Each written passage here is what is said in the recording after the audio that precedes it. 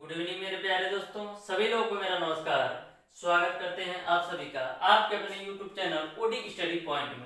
तो प्यारे दोस्तों, लास्ट क्लास में मैंने आप लोगों को चैप्टर नंबर 21 समुच्चय सिद्धांत एवं प्रतिचित्रण के क्वेश्चन नंबर 10 तक सारे प्रश्नों का सॉल्यूशन करवा दिया था। आज की क्लास में मैं आप लोगों को सॉल्व करवाऊंगा क्वेश्चन नंबर 11 से। एक बात और प्यारे दोस्तों, आपके यूपी पॉलिटेक्निक एंट्रेंस एग्जाम के फॉर्म फिलअप की डेट आ गई है। आप फरवरी के तीसरे सप्ताह से यानी कि मैक्सिमम आपका 25 फरवरी के अंदर से आपका स्टार्ट हो जाएगा फॉर्म फिलअप करना यूपी पॉलिटेक्निक का। और एग्जाम की डेट भी क्लियर हो गई है कि जो आपका यूपी पॉलिटेक्निक एंट्रेंस एग्जाम होगा वो 15 से 20 जून के बीच होगा। तो टोटल दिनों की बात करें तो टोटल आपके पास बचे के 100 दिन है। तो प्यारे दोस्तों, अभी से आप अच्छी तरीके से तैयार कीजिए। यदि आप डेली बेसिस पर 2 से 3 घंटा देते हैं अपनी तैयारी के लिए तो भी आप एक 72 से 72 नंबर ला सकते हैं और अच्छा से अच्छा गवर्नमेंट का पॉलिटेक्निक कॉलेज पा सकते हैं। तो स्टार्ट करते हैं, देखते हैं क्वेश्चन नंबर 11। नंबर 11 आपका है, एक टीवी सर्वेक्षण टीवी दर्शकों के निम्नलिखित आंकड़े दर्शाता है। 60% दर्शक कार्यक्रम ए देखते हैं, 50% दर्शक कार्यक्रम बी देखते हैं तथा 50% दर्शक कार्यक्रम सी देखते हैं। 30% कार्यक्रम ए सी दोनों देखते हैं, 10% तीनों कार्यक्रम देखते हैं। जो केवल 2 कार्यक्रम देखते हैं ऐसे लोगों का प्रतिशत आपको बताना है। तो ध्यान से इस क्वेश्चन को समझिएगा। मैं प्यारे दोस्तों इस क्वेश्चन को या यह कह सकते हैं प्रत्येक क्वेश्चन को मैं आपको इस तरीके से बताता हूं कि आपको हर एक चीज पूरी अच्छी तरीके से क्रिस्टल क्लियर हो जाए। और मैं प्रत्येक क्वेश्चन का सॉल्यूशन इस तरीके से आपको बताता हूं कि आप प्रत्येक क्वेश्चन को 5 से 10 सेकंड के अंदर सॉल्व कर सकते हैं। तो प्रत्येक क्वेश्चन को आप अच्छी तरीके से ध्यान से समझिएगा। यह क्वेश्चन आपके यूपी पॉलिटेक्निक एंट्रेंस एग्जाम 2008 में पूछा भी गया क्वेश्चन है। तो बहुत ही महत्वपूर्ण ये क्वेश्चन है, तो ध्यान से देखिएगा। सबसे पहले प्यारे दोस्तों बोला गया है कि एक टीवी सर्वेक्षण टीवी दर्शकों के निम्नलिखित आंकड़े दर्शाते हैं। 60% दर्शक कार्यक्रम ए देखते हैं। तो मैंने इस क्वेश्चन को वेन आरेख से सॉल्व करता हूं। देखिएगा 60% दर्शक जो है मैंने इसको ए मान लिया। तो 60% जो दर्शक आपके हैं वह कार्यक्रम ए को देखते हैं।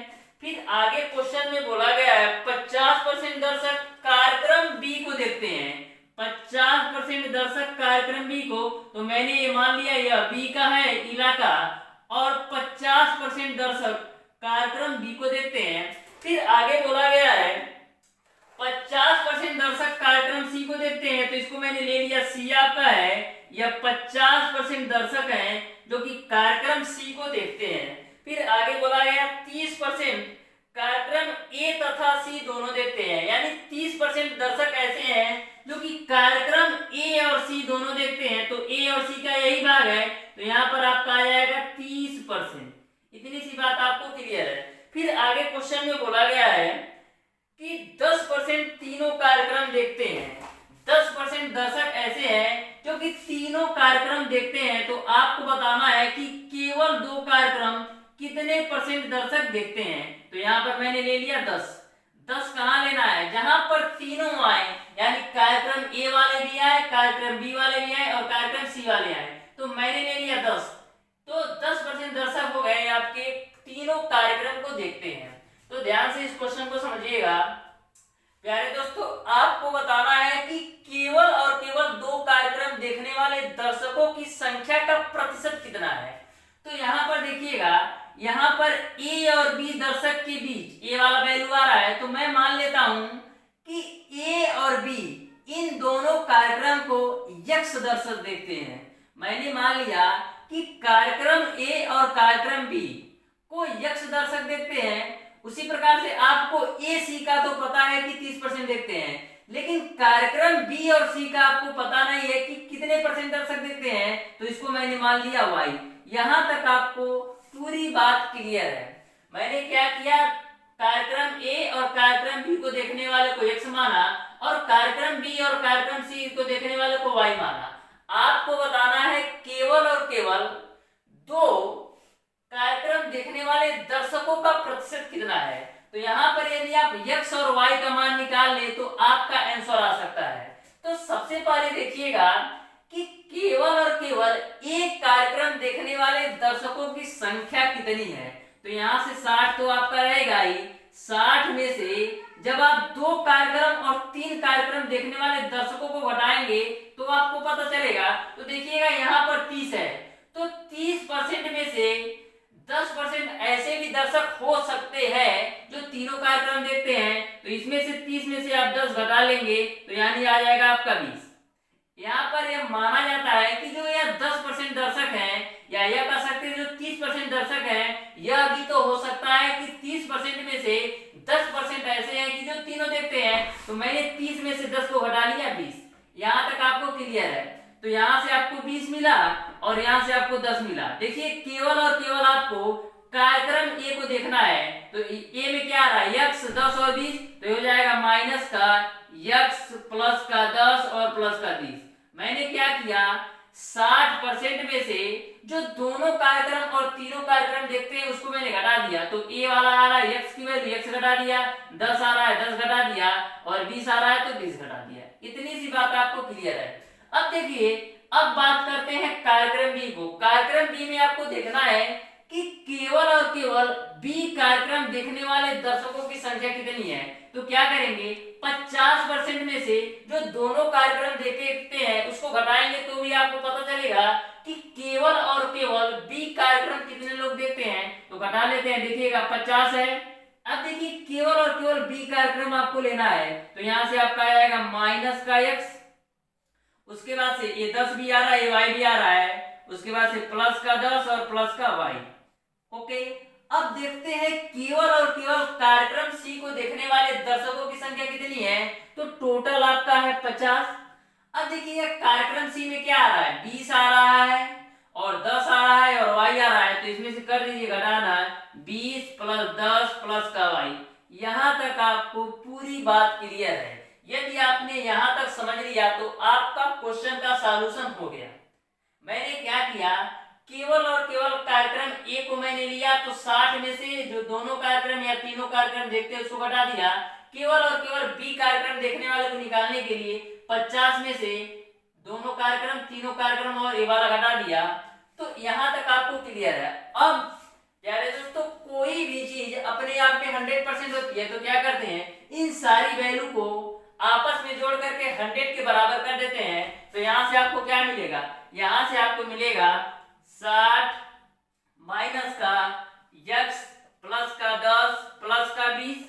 अभी देखिएगा यहां से ये चल रहा हूं तो ए वैल्यू मैंने ले लिया पूरा, फिर यहां से आपका x आ जाएगा तो यहां से x कर लीजिए, और यहां से देखिएगा इस गोले की बात करते हैं तो क्या मिलेगा आपको, 50 माइनस का x प्लस का 10 प्लस का y।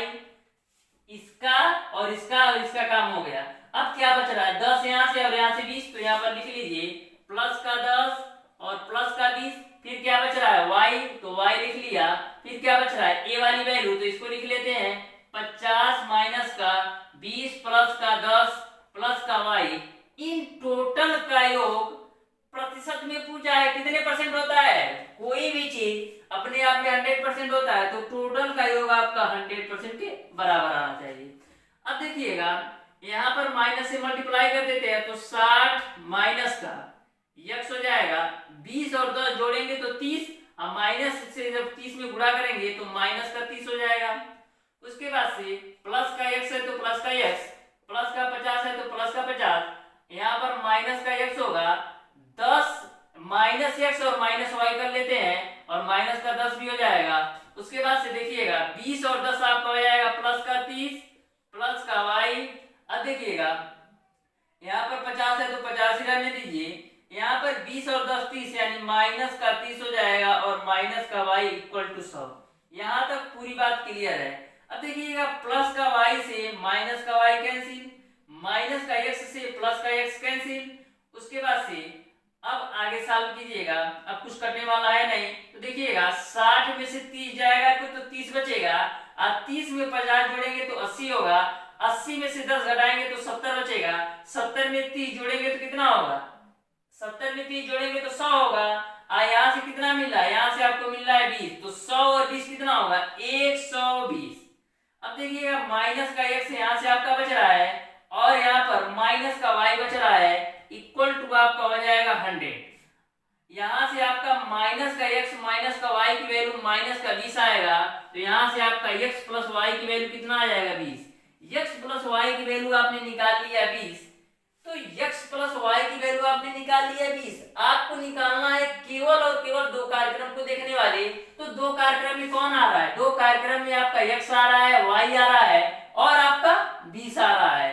तो x प्लस y का मान है 20 और a आपका 20, तो 20 20 40, यानी 40% दर्शक ऐसे हैं जो केवल और केवल दो कार्यक्रम देखते हैं। तो उम्मीद करते हैं प्यारे दोस्तों यह क्वेश्चन आपको बिल्कुल अच्छी तरीके से समझ में आया होगा। यह मैं मानता हूं कि इस क्वेश्चन को सॉल्व करने में टाइम लगा है, लेकिन यदि आप इसको बिल्कुल अच्छी तरीके से समझ जाते हैं तो इस टाइप का कोई भी क्वेश्चन सॉल्व करने में आपको टाइम नहीं लगेगा। मैंने आपको इस क्वेश्चन को समझाया है, इस वजह से आपका टाइम लगा है। यदि आप एक से दो बार इस क्वेश्चन को सॉल्व करेंगे तो आप मैक्सिमम 2 मिनट या एक से 1.5 मिनट के अंदर इसको सॉल्व कर सकते हैं। अब देखते हैं क्वेश्चन नंबर 12। इस क्वेश्चन का जो आंसर होगा वह आपका प्यारे दोस्तों आपका ऑप्शन नंबर 20 सही हो जाएगा। अब देखिएगा क्वेश्चन नंबर 12। क्वेश्चन नंबर 12 आपका है, निम्नलिखित बेन चित्रों में से कौन सा चित्र ए यूनियन बी पर पावर बार को दर्शाता है। यह क्वेश्चन 2007 में पूछा गया क्वेश्चन है। तो प्यारे दोस्तों ए यूनियन बी पर पावर बार, तो प्यारे दोस्तों मैंने आपको बताया था, मान लीजिए यह आपका कोई समष्टि सेट है, समष्टि समुच्चय है, इसको मैं लेता हूं यू। आपको ए यूनियन बी पे पावर बार घटाना है, तो यहाँ पर ए यूनियन बी आपका ए हो गया। तो क्या करना है, u में से जब a यूनियन b को आप घटाएंगे तो आपका a यूनियन b पे पावर बार आ जाएगा। तो आप चारों ऑप्शन देखेंगे तो ऐसा ऑप्शन केवल और केवल ऑप्शन नंबर ए में दिखाया गया है, जिसमें से u में से a यूनियन b को घटाया गया है। इस तरीके से आपका ऑप्शन नंबर ए सही हो जाएगा। देखिएगा क्वेश्चन नंबर 13। क्वेश्चन नंबर 13 आपका है, यदि a बराबर 1 3 5 7 8 और b बराबर 5 7 9 11 तो a यूनियन b का मान होगा। तो ध्यान से इस क्वेश्चन को समझिएगा। a बराबर 1 3 5 7 8 दे रखा है, b बराबर 5 7 9 11, आपको a यूनियन b निकालना है। तो मैंने आपको बताया था कि a यूनियन b ऐसा समुच्चय होता है जिनमें दोनों समुच्चय को आपस में जोड़ करके इकट्ठा करके लिख दिया जाता है। बस ध्यान में यही रखना है कि कोई भी संख्या रिपीट नहीं होना चाहिए। तो ए यूनियन बी निकालते हैं, तो प्यारे दोस्तों दोनों को आपस में इकट्ठा करके लिख देना है। तो सबसे पहला आपका एक आएगा, एक से बड़ा नंबर आपका आएगा 3, 3 से बड़ा नंबर आपका आएगा 5, उसके बाद से क्या आएगा आपका 7, 7 के बाद 8, 8 के बाद आपका 9 आएगा, 9 के बाद 11। यही आपका ए यूनियन बी का मान होगा। ऐसा नहीं करना है कि यहाँ पर भी 5 है तो यहाँ पर भी 5 है, 2 बार 5 लिख दिए। संख्या को रिपीट नहीं करना है। तो यहाँ पर 5 5 2 बार था तो एक ही बार लिखना है, 7 और 7 2 बार था तो एक ही बार लिखना है। तो ए यूनियन बी का मतलब ये है कि दोनों को आपस में जोड़ करके इकट्ठा करके लिख देना है। बस ध्यान में यही रखना है कि कोई भी संख्या रिपीट नहीं होना चाहिए। अब देखिएगा क्वेश्चन नंबर 14। क्वेश्चन नंबर 14 आपका है, a बराबर 1 2 3 4, b बराबर 2 4 6 8, c बराबर 3 4 5 6। आपको a union b union c का मान निकालना है। तो सबसे पहले हम निकालते हैं a यूनियन b का मान। a यूनियन b का मान निकालते हैं तो देखिएगा a और b को आपस में ऐड करना है, इकट्ठा करके लिख देना है। तो देखिएगा सबसे पहला नंबर आपका 1 आएगा, 1 के बाद आपका 2 आएगा, फिर उसके बाद से क्या आएगा 3 आएगा, 3 के बाद 4 आएगा, 4 के बाद क्या बच रहा है 6 और 8। ये आपका ए यूनियन बी का मान हो गया। आपको ए यूनियन बी का यूनियन निकालना है सी से, तो यहाँ पर निकाल लेते हैं ए यूनियन बी और यूनियन निकालना है आपका सी से। तो ए यूनियन बी का मान आपका है 1 2 3 4 6 और 8। यूनियन निकाल देना है सी से, तो सी का मान कितना है 3 4 5 है, 3 4 5 6। इसको ध्यान में रखिएगा, हमेशा मझले ब्रैकेट में होगा। अब देखिएगा अब क्या करना है, इन दोनों समुच्चय को आपस में इकट्ठा करके लिखना है। तो सबसे पहला आपका एक आएगा, एक के बाद आपका दो आएगा, दो के बाद तीन, तीन के बाद चार, चार के बाद आपका छह आएगा, छह के बाद आपका चार के बाद देखिए यहाँ पर पांच छूट रहा है तो पांच को भी नोट कर लीजिए, पांच, फिर उसके बाद से छह, फिर उसके बाद से आठ। यही आपका A union B union C का मान होगा। इस तरीके से इस क्वेश्चन का जो आंसर होगा वो आपका 1 2 3 4 5 6 8 यानी कि ऑप्शन नंबर ए सही हो जाएगा। अब देखते हैं क्वेश्चन नंबर 15। क्वेश्चन नंबर 15 आपका है u बराबर आई पर प्लस दिया है, a का मान 2 4 6 8 डॉट डॉट डॉट के रूप में दिया है। आपको a डैश का मान निकालना है या यह कर सकते a बार का मान निकालना है। तो सबसे पहले आपको i प्लस का मान समझना होगा। तो i प्लस का मान यह होता है कि प्राकृतिक संख्याओं का समूह, यानी कि i प्लस की जगह पर हम 1 2 3 4 5 6 7 8 ऐसे आपका डॉट डॉट के रूप में होगा। तो यहाँ पर आपको u में से यदि आप a को घटाएंगे तभी आपको a बार का मान पता चलेगा। तो u में से आप a घटा दीजिए तो आपको a बार का मान पता चल जाएगा। तो देखिएगा यहाँ पर जो a का मान है 2 4 6 8, यानी कि इसमें से आपको सम संख्याओं के समूह को बाहर कर लेना है। तो जब सम संख्याओं के समूह को बाहर करेंगे तो आपका बचेगा 1, फिर 3 बचेगा, 5 बचेगा, 7 बचेगा, 9 बचेगा, ऐसे ही आपका डॉट डॉट के रूप में होगा। यानी कि जो आपका a बार का मान होगा, जो आपका a बार का मान होगा वो आपका 1 3 5 7 डॉट डॉट के रूप में, यानी कि आपका ऑप्शन नंबर ए सही हो जाएगा। अब देखिएगा क्वेश्चन नंबर 16। क्वेश्चन नंबर 16 आपका है a बराबर ए बी सी डी और b बराबर दे रखा है ए सी ई एफ, c बराबर दे रखा है बी डी ई एफ। आपको a intersection b intersection c का मान निकालना है। तो सबसे पहले आपको समझना है कि इंटरसेक्शन का मतलब क्या होता है। इंटरसेक्शन का मतलब ये होता है कि जो दोनों समुच्चय में कॉमन वाली वैल्यू होगी उसी को आपको लेना है। जैसे a इंटरसेक्शन b की बात करें, a इंटरसेक्शन b की बात करें तो a और b इन दोनों समुच्चय में जो वैल्यू कॉमन होगी वही आपका मान होगा। तो समुच्चय a आपका a है और b आपका a है, दोनों में कॉमन देखिए क्या है। तो सबसे पहले आप a इंटरसेक्शन b का मान निकालिए। तो देखिए समुच्चय a और समुच्चय b में कॉमन क्या है। पहला तो आपका a कॉमन है, b कॉमन नहीं है तो c कॉमन है, तो यहाँ पर c कॉमन है। उसके बाद से e है और f है तो e f नहीं है, यानी कि केवल और केवल दो वैल्यू आपका कॉमन है। a इंटरसेक्शन b का मान a और c होगा।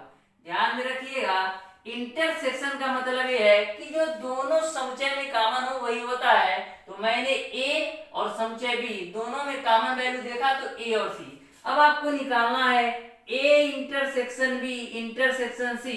तो a इंटरसेक्शन b का मान आपका है ac, इसका आपको इंटरसेक्शन निकालना है c से। तो c का मान आपका क्या है b d e और f। अब देखिएगा a इंटरसेक्शन b का इंटरसेक्शन निकालना है c से, यानी इस समुच्चय और इस समुच्चय में जो कॉमन वाली वैल्यू होगी वही आपका आंसर है। तो दोनों समुच्चय में आप देखेंगे कुछ भी कॉमन नहीं है। तो कुछ भी कॉमन नहीं होता है तो कौन सा समुच्चय होता है, रिक्त समुच्चय। रिक्त समुच्चय को हम फाई से डिनोट करते हैं, यानी कि a intersection b intersection c का जो मान है वो आपका फाई आ जाएगा। इस तरीके से इस क्वेश्चन का जो आंसर होगा वो आपका ऑप्शन नंबर डी सही हो जाएगा। अब देखिएगा क्वेश्चन नंबर 17 आपका है यदि a समस्त समबाहुभुजों का समुच्चय हो एवं b समस्त चतुर्भुजों का समुच्चय हो तब a इंटरसेक्शन b समुच्चय होगा। चार ऑप्शन आपको दे रखा है। तो ध्यान से आपको यह देखना है, आपसे बात की जा रही है समबाहुभुज और चतुर्भुज। तो आप ये सोचिए कि समबाहुभुज और चतुर्भुज से आप समबाहुभुज और चतुर्भुज के अंदर क्या क्या बन सकता है और दोनों में कौन सी ऐसी फिगर बनेगी कि दोनों में कॉमन होगा। तो समबाहुभुज और चतुर्भुज दोनों में वर्ग ऐसा आपका फिगर होता है जो दोनों में कॉमन होता है। आप समबाहुभुज के अंदर भी वर्ग बना सकते सकते हैं, यानी कि जो दोनों में कॉमन वाली वैल्यू है आपका वर्ग होगा। इस तरीके से आपका ऑप्शन नंबर ए सही हो जाएगा। देखिएगा क्वेश्चन नंबर 18, क्वेश्चन नंबर 18 में आपको यश की वैल्यू दे रखा है, आपको बताना है उप समुच्चयों की कुल संख्या क्या होगी। आपको उप समुच्चय की संख्या बताना है। तो मैंने आपको बताया था कि जो उप समुच्चयों की संख्या होती है वो आपका 2 पे पावर n होता है। जो n आपका होता है अवयवों की संख्या, तो यहाँ पर 2 हो जाएगा। कितने अवयव हैं? 1 2 3 4 5, तो 2 पे पावर 5 करेंगे। 2 पे पावर 5 का मान कितना होता है? 2 गुना 4 गुना 8 गुना 16 गुना 32, यानी कि उप समुच्चयों की संख्या 32 होगा। यही आपका आंसर हो जाएगा। इस तरीके से आपका ऑप्शन नंबर बी सही हो जाएगा। देखिएगा क्वेश्चन नंबर 19, क्वेश्चन नंबर 19 आपका है a बराबर 3 4 7 8, b बराबर 1 5 6 4 3 और c बराबर 4 5 9 3 8 6। आपको a union b intersection c का मान निकालना है। तो सबसे पहले हम a यूनियन b का मान निकाल लेते हैं। तो a यूनियन b क्या होता है? जो दोनों समुच्चय को आपस में इकट्ठा करके लिख देना है। तो सबसे पहला आपका 1 आएगा, 1 से ऊपर जाएंगे तो आपका 3 आएगा, 3 से ऊपर जाएंगे तो आपका 4 आएगा, 4 से ऊपर जाएंगे तो आपका 5 आएगा, 5 से ऊपर जाएंगे तो आपका 6 आएगा, 6 के ऊपर जाएंगे तो 7 आएगा और 7 के ऊपर जाएंगे तो 8। यानी ए यूनियन बी का मान आपने 1 3 4 5 6 7 8। ध्यान में यही रखना है कि कोई भी संख्या रिपीट नहीं होना चाहिए, बस आपस में इकट्ठा करके लिख दीजिए। अब देखिएगा आपको निकालना है A union B intersection C का मान। तो ए यूनियन बी का मान 1 3 4 5 6 7 8 है। इससे आपको इंटरसेक्शन निकालना है सी का। तो सी का मान आपका क्या है? सी का मान आपका है 4 5 9 3 8 6। अब देखिएगा इस समुच्चय और इस समुच्चय दोनों में कॉमन क्या है? इसका इंटरसेक्शन इससे निकालना है, यानी ए यूनियन बी का इंटरसेक्शन निकालना है सी से। तो दोनों में कॉमन क्या है? तो पहले तो आपका 4 कॉमन है, तो 4 ले लीजिए। उसके बाद से देखिएगा यहाँ 5 है, यहाँ पर भी 5 है तो 5 है, यहाँ पर 9 है तो यहाँ पर 9 नहीं है, 3 है इसमें भी, 3 इसमें भी है, 3 आ जाएगा, 8 इसमें भी 8 इसमें भी है तो 8 आ जाएगा। उसके बाद 6 इसमें भी है, 6 इसमें भी आ जाएगा। यानी कि जो आपका A union B intersection C का मान होगा वो आपका 4 5 3 8 6। इस तरीके से इस क्वेश्चन का जो आंसर होगा वो आपका ऑप्शन नंबर बी सही हो जाएगा। इसको आप सीक्वेंस में भी लिख सकते हैं, एक सीक्वेंस में, जैसे इसको हम लिख सकते हैं 3 4 5 6 और 8। यही आपका आंसर हो जाएगा। उम्मीद करते हैं क्वेश्चन आपको समझ में आया होगा। अब देखिएगा क्वेश्चन नंबर 20, क्वेश्चन नंबर 20 आपका है समुच्चय ए तथा बी में क्रमशः 5 तथा 10 अवयव हैं। ए यूनियन बी में अवयवों की न्यूनतम संख्या होगी, यह आपको बताना है। यह क्वेश्चन आपके यूपी पॉलिटेक्निक एंट्रेंस एग्जाम 2005 में पूछा गया क्वेश्चन है। तो ध्यान से देखिएगा, बोला है जो आपका समुच्चय ए है इसमें 10 अवयव हैं, जो आपका समुच्चय बी है वो आपका 5 अवयव है। आपको ए यूनियन बी निकालना है। तो मैंने आपको बताया था कि दोनों को आपस में इकट्ठा करके लिख देना होता है, लेकिन यहाँ पर यह नहीं बताया गया है कि जो 10 अवयव हैं या जो 5 अवयव हैं वह कौन से अवयव हैं। तो ऐसे कंडीशन में ए यूनियन बी का मान निकालने के लिए बड़ी वाली वैल्यू लिख दी जाती है, यानी 10 के अंदर आपका 5 भी आ जाएगा, यानी ए यूनियन बी का मान आपका 10 हो जाएगा। इस तरीके से इस क्वेश्चन का जो आंसर होगा वो आपका ऑप्शन नंबर सी सही हो जाएगा। यहीं पर प्यारे दोस्तों इसी क्वेश्चन में यदि आपसे पूछ लिया जाता कि ए इंटरसेक्शन बी का मान क्या होगा, तो दोनों में कॉमन क्या है? तो दोनों में आप कॉमन देखेंगे कि 5 दोनों में ही कॉमन आ जाएगा। तो ए इंटरसेक्शन बी का मान पूछा जाए तो 5 होगा और ए यूनियन बी का मान आपका 10 होगा। देखिएगा क्वेश्चन नंबर 21, क्वेश्चन नंबर 21 में बोला है ए बराबर x such Z x square plus 6x minus 7 बराबर 0 है और b बराबर x such Z x square plus 9x minus 14 बराबर 0 है। आपको a माइनस b का मान निकालना है। तो सबसे पहले प्यारे दोस्तों यहाँ पर आपको इस समीकरण को भी आपको द्विघात समीकरण के रूल से सॉल्व करना है। तो सॉल्व करते हैं। यहाँ पर आपका है एक्स स्क्वायर प्लस का 6x माइनस का 7, तो 7 एकम 7, 7 में से एक घटाएंगे 6 भी आ जाएगा। तो यहाँ पर आपका हो जाएगा एक्स स्क्वायर 7x माइनस का x माइनस 7 बराबर 0। तो यहाँ से आपका एक्स स्क्वायर प्लस का 7x माइनस x माइनस 7 बराबर 0। इन दोनों व्यंजक में x कॉमन है तो x प्लस का 7, इन दोनों व्यंजक से माइनस का एक कॉमन ले लिए तो x प्लस का 7। तो यहाँ पर आपको मिल जाएगा x प्लस का 7 और x माइनस का 1। ओके, अब देखिएगा यहाँ से आप x का मान निकालेंगे तो माइनस का 7 आएगा, यहाँ से आप x का मान निकालेंगे तो 1 आएगा। यह x का मान कैसे निकलता है, जैसे x माइनस 1 है तो बराबर 0 कर दीजिए तो x बराबर कितना आ जाएगा 1। तो यहाँ से आपका x का मान -7 और x का मान 1 आ गया। अब देखिएगा इस समीकरण को सॉल्व करते हैं। समीकरण आपका है x स्क्वायर प्लस का 9x माइनस का 14 बराबर 0। इसको सॉल्व कीजिए तो 7 दूना 14 होता है, 7 में आप 2 जोड़ेंगे तो 9 भी आ जाएगा। तो यहाँ से आपका हो जाएगा x स्क्वायर प्लस का 7x प्लस का 2x माइनस 14 बराबर 0। अब देखिएगा यहाँ पर आपका x स्क्वायर प्लस का 7x प्लस का 2x माइनस 14 बराबर 0। यहाँ पर एक देखिएगा कुछ मिस्टेक है इसमें, x स्क्वायर प्लस का 9x प्लस का 14 है, यहाँ पर भी प्लस होगा, इसको करेक्ट कर लीजिएगा। तो यहाँ पर भी प्लस होगा तो यहाँ पर भी प्लस, यहाँ पर भी प्लस। ठीक, अब देखिएगा इन दोनों में आपका x कॉमन है तो x प्लस का 7 हो जाएगा, इन दोनों में आपका प्लस का 2 कॉमन हो जाएगा तो x प्लस का 7। यानी एक ब्रैकेट में आपका x प्लस का 7 होगा, दूसरे ब्रैकेट में आपका x प्लस 2 बराबर 0। अब यहाँ से भी x के 2 मान आएंगे, यहाँ से x का मान माइनस का 7 आएगा, यहाँ से x का मान माइनस का 2। अब सॉल्व कर लीजिए, a माइनस b निकालना है तो जो आपका समुच्चय a था इसके लिए x का मान कितना आया है, माइनस का 7 और 1 आया है, माइनस का 7 और 1 आया है। और समुच्चय a में से घटाना किसको है, समुच्चय b में, तो समुच्चय b से x का मान आया है माइनस का 7 और माइनस का 2। तो मैंने आपको बताया था क्या कि जो दोनों में कॉमन हो वो कट जाता है। तो यहाँ से आपका -7 से -7 कटेगा। अब बचेगा क्या, जो बचेगा केवल और केवल a को लेना है, क्योंकि a में से b को आप घटा रहे हैं तो केवल और केवल a वाली वैल्यू नोट कर देना है। a में क्या बच रहा है, a, यही आपका आंसर हो जाएगा। इस तरीके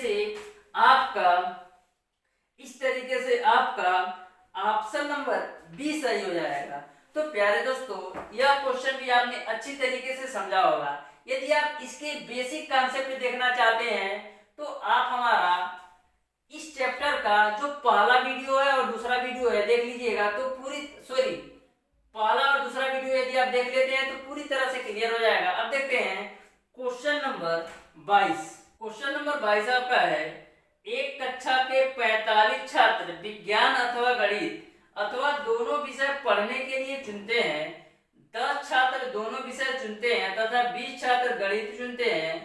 विज्ञान चुनने वालों की संख्या है। यह क्वेश्चन 2014 में पूछा गया क्वेश्चन है, तो ध्यान से देखिएगा। यहाँ पर बोला गया एक कक्षा के 45 छात्र विज्ञान अथवा गणित अथवा दोनों विषय पढ़ने के लिए चुनते हैं।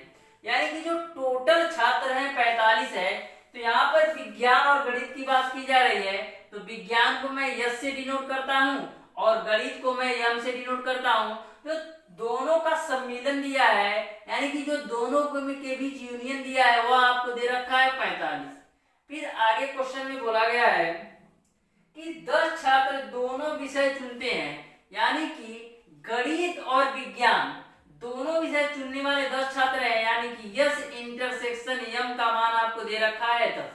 फिर आगे क्वेश्चन में बोला गया है कि 20 छात्र गणित चुनते हैं, यानी कि केवल और केवल गणित, यानी एनएम का जो मान है वो आपको दे रखा है 20। आपको निकालना है केवल और केवल विज्ञान वाले, यानी कि एन ऑफ यस का मान आपको निकालना है। तो ऐसा क्वेश्चन मैंने आपको इस चैप्टर का पहला ही क्वेश्चन बताया था। यहाँ पर भी आप एन लगा लीजिए, एन हो जाएगा, और यहाँ पर भी आपका एन। मैंने आपको फार्मूला बताया था कि आपका एन ए यूनियन बी बराबर आपका होता है एन ए प्लस का एन बी माइनस का n a इंटरसेक्शन b होता है। यह फार्मूला मैंने आपको बताया था बेसिक में ही, और पहला क्वेश्चन जब सॉल्व करवाया था तब मैंने आपको बताया था। तो यहाँ पर देखिएगा n a यूनियन b यानी n s यूनियन m का मान 45, तो यहाँ पर रख देते हैं 45 बराबर।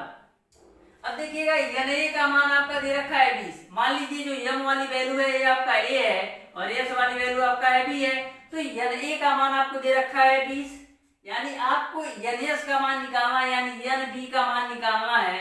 अब माइनस का n a इंटरसेक्शन b का मान आपका है 10, तो यहाँ से आप n आप b का मान निकालेंगे तो 45 और 20 में से 10 घटाएगा कितना बचेगा 10, तो 45 में से 10 घटाएंगे तो मिलेगा आपको 35, यानी कि n आप b, इसको b को मैंने क्या माना है यस माना है, यानी कि n आप यस का मान आ गया 35, यानी कि विज्ञान पढ़ने वाले छात्रों की जो संख्या है वह आपका 35। इस तरीके से आपका ऑप्शन नंबर ए सही हो जाएगा। देखिएगा क्वेश्चन नंबर 23, क्वेश्चन नंबर 23 को ध्यान से समझिएगा। बोला है कि एक कक्षा के 25 विद्यार्थियों में से 12 ने गणित लिया है, 8 विद्यार्थियों ने गणित लिया है परंतु सांख्यिकी नहीं। कितने विद्यार्थियों ने सांख्यिकी ली है परंतु गणित नहीं?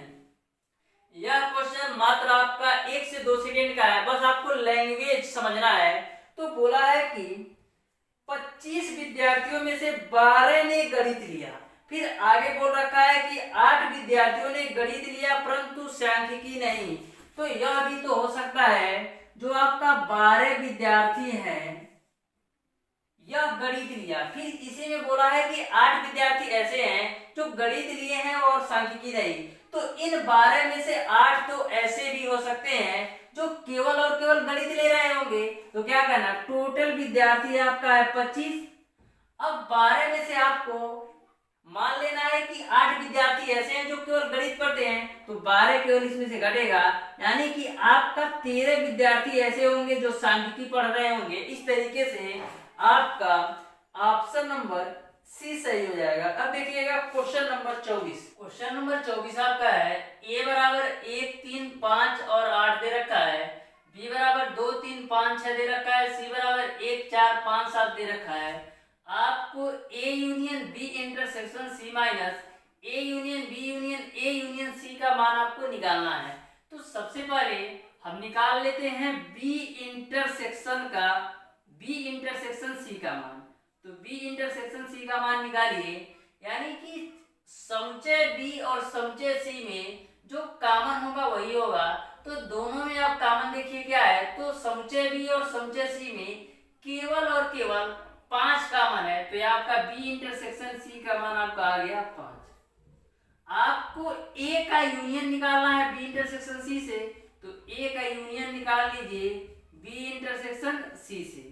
तो a की वैल्यू आपका है 1 3 5 8, इसका आपको यूनियन लेना है b इंटरसेक्शन c से। b इंटरसेक्शन c का मान आपका है केवल और केवल 5। अब देखिएगा दोनों में यूनियन निकालना है, तो दोनों को आपस में इकट्ठा करके लिख देना है। तो क्या मिलेगा आपको 1 3 5 और 8 ही मिलेगा। इतनी सी वैल्यू आपकी सॉल्व हो गई। अब इसको सॉल्व करते हैं, तो सबसे पहले a यूनियन b निकालते हैं। तो यहाँ पर निकाल लीजिए a यूनियन b का मान, यानी दोनों को आपको इकट्ठा करके लिख देना है। तो सबसे पहले आपका आएगा 1 के बाद आपका आएगा 2 के बाद आपका आएगा 3 के बाद आपका आएगा 5 के बाद 6 आएगा, 6 के बाद आपका 8 आएगा। यह आपका a यूनियन b का मान हो गया। अब निकाल लीजिए a यूनियन c का मान। तो a यूनियन c का मान आप निकाल लीजिए, तो देखिएगा क्या आता है, यानी a और c को आपस में ऐड करना है। तो सबसे पहला तो आपका 1 आएगा, 1 के बाद आपका 3 आएगा, 3 के बाद 4 आएगा, 4 के बाद 5 आएगा, 5 के बाद आपका 7 आएगा, उसके बाद से 8। ये आपका a यूनियन c का मान निकाल दिया। आपको a यूनियन b यूनियन का a यूनियन c, यानी इन दोनों के बीच यूनियन लगाना है। तो लगा लेते हैं a यूनियन b, यूनियन निकालना है a यूनियन c से, यानी इन दोनों को आपस में इकट्ठा कर लेना है। तो सबसे पहला आपका आएगा 1 के बाद 2 के बाद 3 के बाद 4 के बाद 5 6 हो गया, फिर 7 हो गया और 8 हो गया। यह आपका A union B union A union C का माना गया। अब करना क्या है, A union B intersection C में से आपको A union B union A union C का मान घटाना है, यानी इसमें से आपको इसको घटाना है। तो घटा लेते हैं। तो देखिएगा घटाते कैसे हैं, जो दोनों में कॉमन होगा वो तो कटेगा। 1 3 5 8, तो देखिएगा 1 से 1 कटा, 3 से आपका 3 कटा, 5 से आपका 5 कटा, 8 से आपका 8 कटा। आप इस वैल्यू में से इससे घटा रहे हैं, इस वैल्यू में से इसको घटा रहे हैं, तो जो इसमें बचेगा वही आपको लिखना है। तो इसमें आपका कुछ भी नहीं बच रहा है, यानी आपका केवल और केवल 5 आंसर होगा। जब कुछ भी नहीं बचता है तो आपका वह रिक्त समुच्चय होता है। रिक्त समुच्चय को 5 से डिनोट करते हैं। इस तरीके से इस क्वेश्चन का जो आंसर होगा वो आपका ऑप्शन नंबर सी सही हो जाएगा। अब देखिएगा क्वेश्चन नंबर 25। क्वेश्चन नंबर 25 आपका है u बराबर 1 2 3 4 5 6 7 8 दे रखा है। a बराबर 2 4 6 और 7 और 8 दे रखा है। आपको a बार का मान निकालना है। a बार का मतलब क्या होता है, u में से आपको a घटाना होगा। तो u का मान आपका 1 2 3 4 5 6 7 8 है। 1 2 3 4 5 6 7 8, इसमें से आपको घटाना है a को। तो a का मान कितना है, 2 4 6 7 8, 2 4 6 7 और 8 है। घटा दीजिए, जो दोनों में कॉमन होगा कटेंगे। तो यहाँ पर 2 से आपका 2 कैंसिल, फिर आपका 4 से आपका 4 कैंसिल, 6 से आपका 6 कैंसिल, 7 से आपका 7 कैंसिल, 8 से आपका 8 कैंसिल। तो यहाँ पर आपका बच क्या रहा है, यहाँ पर जो a बार का मान बच रहा है वो आपका केवल और केवल 1 और 5 बच रहा है। तो 1 और 5 क्या है, आपकी विषम संख्या है। तो यहाँ पर चारों ऑप्शन में देखिएगा, तो चारों ऑप्शन में देखिएगा तो आपका ऑप्शन नंबर सी सही होगा। ऑप्शन नंबर सी सही होगा। ऐसे आपका है इंटरसेक्शन, इंटरसेक्शन के बाद आपका है x लेस देन 7, यानी जो x की वैल्यू है 7 से कम है। तो देख सकते हैं जो आपकी इसकी वैल्यू है ये 7 से कम है, यानी कि ऑप्शन नंबर सी सही हो जाएगा। इस तरीके से प्यारे दोस्तों आज की क्लास में मैंने आपको बताया क्वेश्चन नंबर 11 से लेकर के क्वेश्चन नंबर 25 तक के सारे प्रश्नों का सॉल्यूशन। यदि आपको किसी भी क्वेश्चन में कोई भी डाउट हो या कोई भी कंफ्यूजन होगा तो आप उसे कमेंट बॉक्स में कमेंट करके जरूर बताइएगा। अब देखते हैं होमवर्क का क्वेश्चन।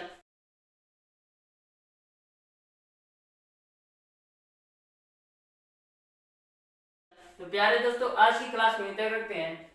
यदि वीडियो पसंद आया हो तो ज्यादा से ज्यादा लाइक कीजिएगा, अपने दोस्तों में शेयर कीजिएगा, और जिन लोगों ने अभी तक हमारे चैनल ओडी स्टडी पॉइंट को सब्सक्राइब नहीं किया सब्सक्राइब कर लें। बेल आइकन दबाना बिल्कुल मत भूलिएगा, जिससे हमारी लेटेस्ट आने वाली वीडियो आपको मिलती रहे सबसे पहले। धन्यवाद।